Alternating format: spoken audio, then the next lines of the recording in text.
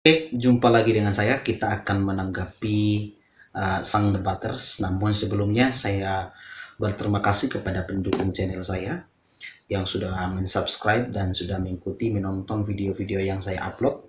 Dan bagi yang belum, silahkan subscribe dan ikuti video-video saya. Dan hari ini saya akan menanggapi sang debaters yang dalam satu program dia katanya, yaitu program Alim Alkitab 5 menit. Dan di dalam video pertamanya, dia memberikan judul Mematahkan Teori Yudas.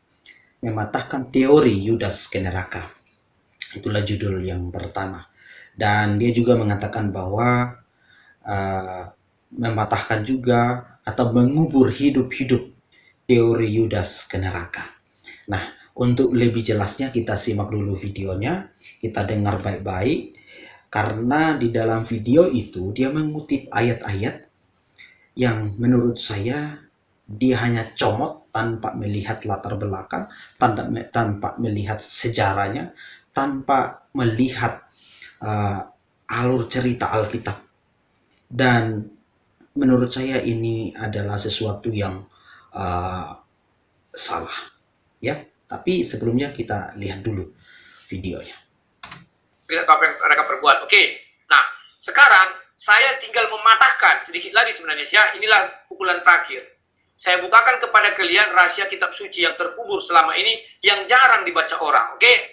Yang pertama, saya bukakan, kalian akan tercengang ini. Dan saya jujur ya, kemarin ada yang men-Skype saya, dia memberi ayat ini. Jadi inilah gunanya, saya bukan manusia serba tahu, tidak. Ada juga yang memberitahu. Bagaimana kalau ini bang? Bagaimana kalau ini? Oke, saya baca dulu, saya pelajari ya. Ini kalian lihat dulu ya. 1 Korintus 5 ayat 5. Oh jangan, sebelum itu ini dulu. 1 Korintus 15 ayat 5. Bahwa ia telah menampakkan diri kepada Kefas. Kefas itu siapa? Simon. Dan kemudian kepada kedua belas muridnya. Perhatikan, di situ Yesus tetap menggunakan kata 12 murid. Ingat ya, bukan dikatakan 11 murid. Ketika Yesus menampakkan diri, kalian paham kan peristiwa Yesus menampakkan diri bagaimana? Itu kepada, pertama sekali kepada si Simon. Ketika mereka pergi ke kota, baru ketemu dengan katakanlah Yesus, mereka kan waktu itu tidak kenal, ya. Maka di situ dikatakan setelah mereka pulang, mereka bercerita kepada saudara-saudaranya, ya, yang 12 orang itu. Maka Yesus, ini Paulus membukakan rahasia itu. Oke, saya tanggapi dulu. Jadi kita sudah mendengar bahwa dia mengutip 1 Korintus 15 ayat 5. Bahwa ia telah menampakkan diri kepada Kefas dan kemudian kepada ke-12 muridnya. Nah, jadi menurut sang debaters ini, 12 murid ini adalah termasuk Yudas Iskariot. Dan menurut sang debaters, Yudas Iskariot ini hadir dalam roh. Nah, ini menurut saya adalah sesuatu yang dicocokkan dengan ide dia. Karena apa? Karena sebenarnya kita sudah tahu bahwa ternyata Yudas Iskariot itu kan sudah diganti. Sudah diganti oleh Matias di dalam Kisah Para Rasul 1 ayatnya yang ke 24 sampai 25, ya. 26 sampai 26. Nah, kita lihat di ayat yang ke-26 itu sangat jelas bahwa firman Tuhan berkata, lalu mereka membuang undi bagi kedua orang itu, dan yang kena undi adalah Matias. Dan dengan demikian ia ditambahkan kepada bilangan ke-11 rasul itu. Jadi ketika Matias terpilih, dia ditambahkan kepada 11 murid. Jadi menjadi 12. Nah, akhirnya ketika Yesus menampakkan diri, itu menampakkan diri kepada 12 murid karena sudah tambah Matias. Tapi kalau ditafsirkan seperti atau dibicarakan seperti ini, maka saya melihat bahwa ini sang debaters adalah seorang yang tidak ngerti alur cerita dan tidak paham Alkitab. Ya, dia tidak paham dan dia perlu banyak belajar tentang Alkitab ini. Karena kalau halnya seperti ini, maka akan semakin ngawur dan semakin menyesatkan para pendengar. Karena ayat ini tidak mengatakan bahwa Yudas hadir dalam roh. Nah, dia cocokkan dengan karena Yesus bisa melihat roh, setan aja bisa dilihat. Nah, ini adalah cocokan, dicocokmologi ya. Jadi menurut saya sang debaters semakin ke depan semakin tidak melihat konteks pembicaraan di dalam Alkitab, semakin dicocokkan dengan ide dia. Akhirnya semakin melebar dan semakin ngawur pembahasan Alkitab ini. Ya, jadi menurut saya ini adalah satu kekeliruan yang sangat luar biasa.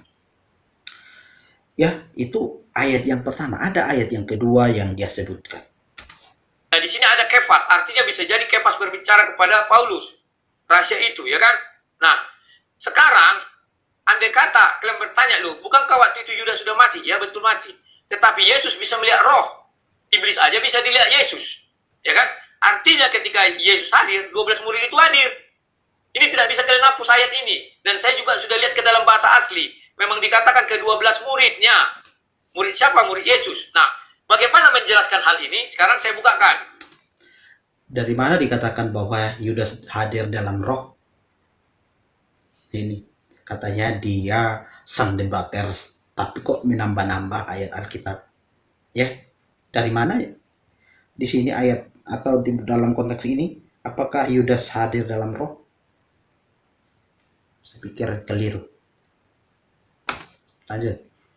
1 Korintus 5 ayat 5. Itu ada titik-titiknya, nanti kalian baca. Sehingga binasa tubuhnya agar rohnya diselamatkan pada hari Tuhan. Jadi ternyata ini rahasia lagi nih. Jadi dalam 5 menit ini saya akan membukakan banyak rahasia ya. Nah, perhatikan ayat 5 dan 5 itu ya, perhatikan ya, 1 Korintus 5 ayat 5. Orang itu harus kita serahkan dalam nama Tuhan, dalam nama Tuhan Yesus kepada iblis. Perhatikannya, orang itu. Paulus ini menceritakan seorang yang menikahi istri bapaknya ya. Dari ayat 1 kan. Jadi harus diserahkan tubuhnya kepada iblis, sehingga binasalah tubuhnya agar rohnya diselamatkan pada hari Tuhan. Nah, Yudas bagaimana? Dia kan sudah diserahkan kepada iblis tubuhnya, maka dia binasa, tetapi dia diselamatkan pada hari Tuhan. Itulah sebabnya Yesus mengatakan, Bapa ampunilah mereka sebab mereka tidak tahu apa yang mereka perbuat.